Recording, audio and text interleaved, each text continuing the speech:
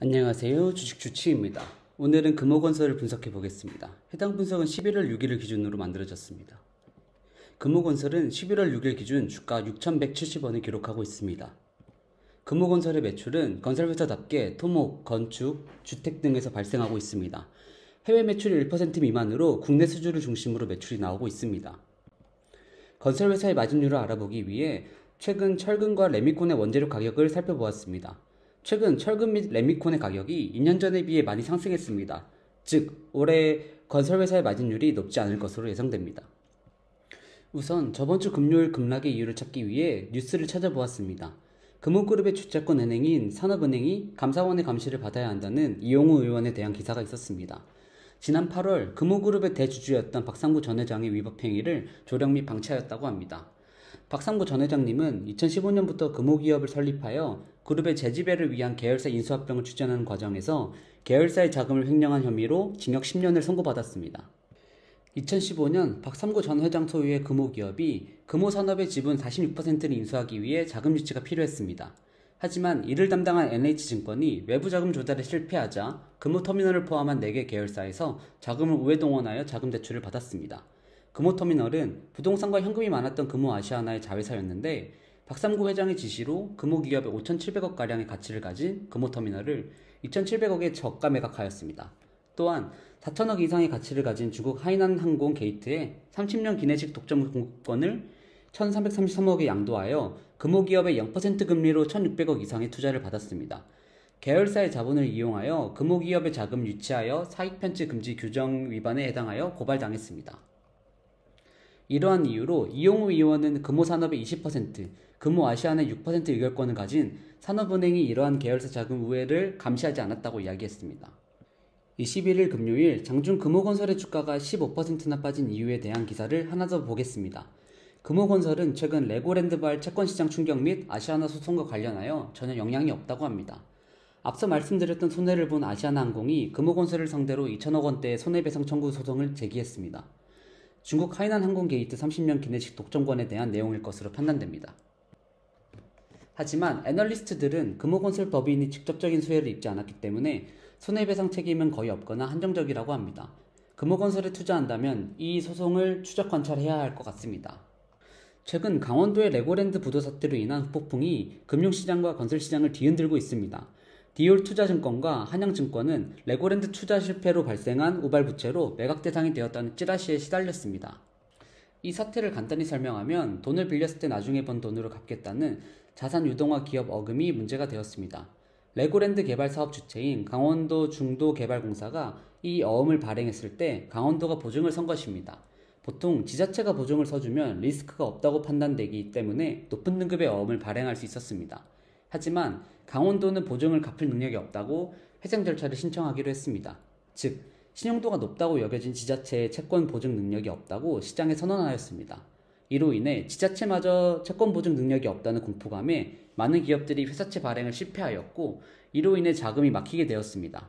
특히 빚을 내 건설한 후 분양을 통해 빚을 갚고 돈을 버는 건설사는 자금이 막히게 되어 연쇄부도로 이루어질 수 있다고 합니다.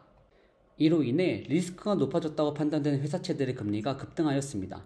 더군다나 전년도에 비해 3분기 회사채 규모가 39%나 감소하여 기업이 채권시장을 통해 자금 조달이 힘들어졌습니다. 특히나 우량기업인 한국전력공사나 한국도로공사조차도 회사채 발행이 유찰되는 사태가 발생했습니다. 이러한 자금시장의 불안 요소 때문에 현재 금융주, 증권주, 건설주, 리츠주의 주가가 많이 하락한 것으로 판단됩니다. 특히 서울 강동구 둔촌주공의 재개발 자금 유치도 실패했습니다. 이로 인하여 사업 지분에 따라 현대건설이 1960억, HDC 현대산업개발이 1750억, 대우건설이 1645억, 롯데건설이 1645억을 상환하여야 합니다. 이런 사태로 인해 롯데건설은 2천억 원의 유상증자를 결정했고 5천억 원을 더 차입했습니다. 증권주들은 레고랜드 채무 불이행으로 인한 위탁매매 수익 감소, 보유채권 평가 손실 증가 등으로 주가가 감소하였고, 금융주는 고금리와 고환율 등으로 자금시장 경색에 따른 주가 감소가 발생했습니다. 그 외에도 고금리, 레고랜드 사태로 인해 리츠주들의 주가도 하락하였습니다. 상장 예정이었던 몇몇 리츠들은 상장을 내년으로 연기하기도 했습니다. 더군다나 지난번 제가 분석한 가구에서 한샘과 연관되어 있는 롯데건설의 부도설이 났습니다. 롯데건설은 2천억 원의 유상증자 및 롯데케미칼에서 5천억의 자금을 차입한다고 공시를 냈습니다. 신세계백화점이 카사미야를 보유하고 있고 현대백화점이 현대리바트를 보유했기에 롯데백화점이 한샘을 보유하게 되었다고 분석한 지난 한샘 종목 분석 영상을 보신 분들은 기억하실 것입니다. 현대건설에서 지은 아파트에 현대리바트의 가구들이 빌트인으로 들어가게 되어 사업 시너지가 나는 것처럼 롯데건설에서 지은 아파트에 한샘의 가구들이 빌트인으로 들어가게 되면 좋을 것으로 생각을 했었습니다. 하지만 자금난의 부도 가능성 기사까지 난 롯데건설로 인한 여파인지 한샘의 현재 주가는 9월 23일 제가 분석한 46,000원에 비해 6,000원이나 하락한 42,000원입니다. 이렇게 자금난에 빠진 건설회사들의 현재 현금 보유량에 대한 기사를 찾아보았습니다. 삼성물산, 현대건설, GS건설, 대우건설 등 대기업들의 현금 보유량이 충분한 것으로 보입니다. 건설주에 투자하신다면 현재는 빵빵한 보유 현금을 가진 대기업 건설회사들을 분석해보는 것도 좋을 것 같습니다. 금호건설의 2022년 상반기 현금 보유량은 2,644억으로 2021년에 비해 증가했습니다. 금호건설은 최근 하천 오염물질 처리 효율을 높인 기술을 개발하여 환경부의 검증을 받았습니다. 하천이나 호수 내 질소와 인을 효율적으로 제거하는 하수 처리 기술입니다.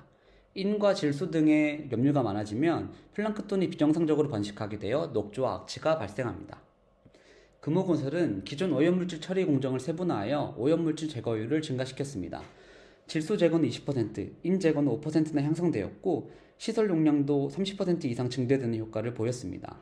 2030년 이후 노후화된 하수처리 시설의 비율이 전국적으로 증가할 것이므로 노후화된 시설 재건설 수요를 노린 기술 개발로 보입니다. 지난번 태양건설 분석 때 찾아본 국가수도계획에 대한 기사입니다. 2040년까지 24조 원을 투자하여 수도 처리 시설을 확충할 예정인데 이러한 정부 정책의 수혜를 받을 수 있기를 기대해 보겠습니다. 금호건설의 주가 차트입니다. 현재 7년간 박스권 주가의 하단으로 보입니다. 이제 금호건설의 배당금에 대해 알아보겠습니다. 2017년부터 2020년까지 주당 500원의 배당을 하였고 특히 2018년 적자일 때와 2019년 순이익이 적었을 때도 배당을 유지시켰습니다. 작년에 800원으로 배당을 증가시켰으므로 올해 배당을 800원을 기대해 보겠고 최소 500원을 줄 것으로 예상됩니다. 800원일 경우 현 주가 대비 13%의 배당을, 500원일 경우 현 주가 대비 8%의 배당을 기대할 수 있습니다. 다음으로 매출액, 영업이익, 영업이익률, 순이익을 살펴보겠습니다. 매출은 꾸준히 상승 중으로 2022년에는 2조 원이 나올 것으로 예상됩니다. 영업이익도 매년 상승했고 2022년에는 원자재 상승으로 인해 2021년보다는 적을 것으로 예상됩니다. 부채 비율과 유보율도 살펴보겠습니다. 돈을 빌려 건설을 하고 분양하여 판매하는 건설 회사이다 보니 부채 비율이 높습니다. 하지만 현재 200% 미만입니다. 유보율은 200%대로 적습니다. 이자 발생 부채는 꾸준히 감소했습니다. PER, PBR, ROE를 살펴보겠습니다. 현재 주가가 많이 하락하여 PBR은 0.34로 역대 최저치이며 원재료 상승으로 인해 순이익이 감소하여 PER은 4.49로 예상됩니다. 다음은 현금 흐름을 살펴보겠습니다. 매년 흑자인 영업활동 현금 흐름을 보여주고 있고 꾸준히 투자하는 회사의 모습입니다. 마지막으로 제가 정리한 금호건설의 장점 및 단점을 정리해 보았습니다. 장점으로는 현재 13%의 배당을 기대할 수 있고 최소 8%의 배당을 기대할 수 있다는 점, 국가 수도 계획에 맞춘 하수처리 시설 기술력을 확보한 회사라는 점, 매년 증가하는 매출을 당점으로 꼽을 수 있겠습니다. 단점으로는 지배구조를 위한 자금 마련을 위한 전 금호 회장님에 대한 소송, 레고랜드발 채권 시장의 악재, 현재 건설 불경기인 점, 원재료 가격 상승으로 인한 순이익 감소, 다른 대기업 건설 회사에 비해 부족한 현금 보유량을 단점으로 꼽을 수 있겠습니다.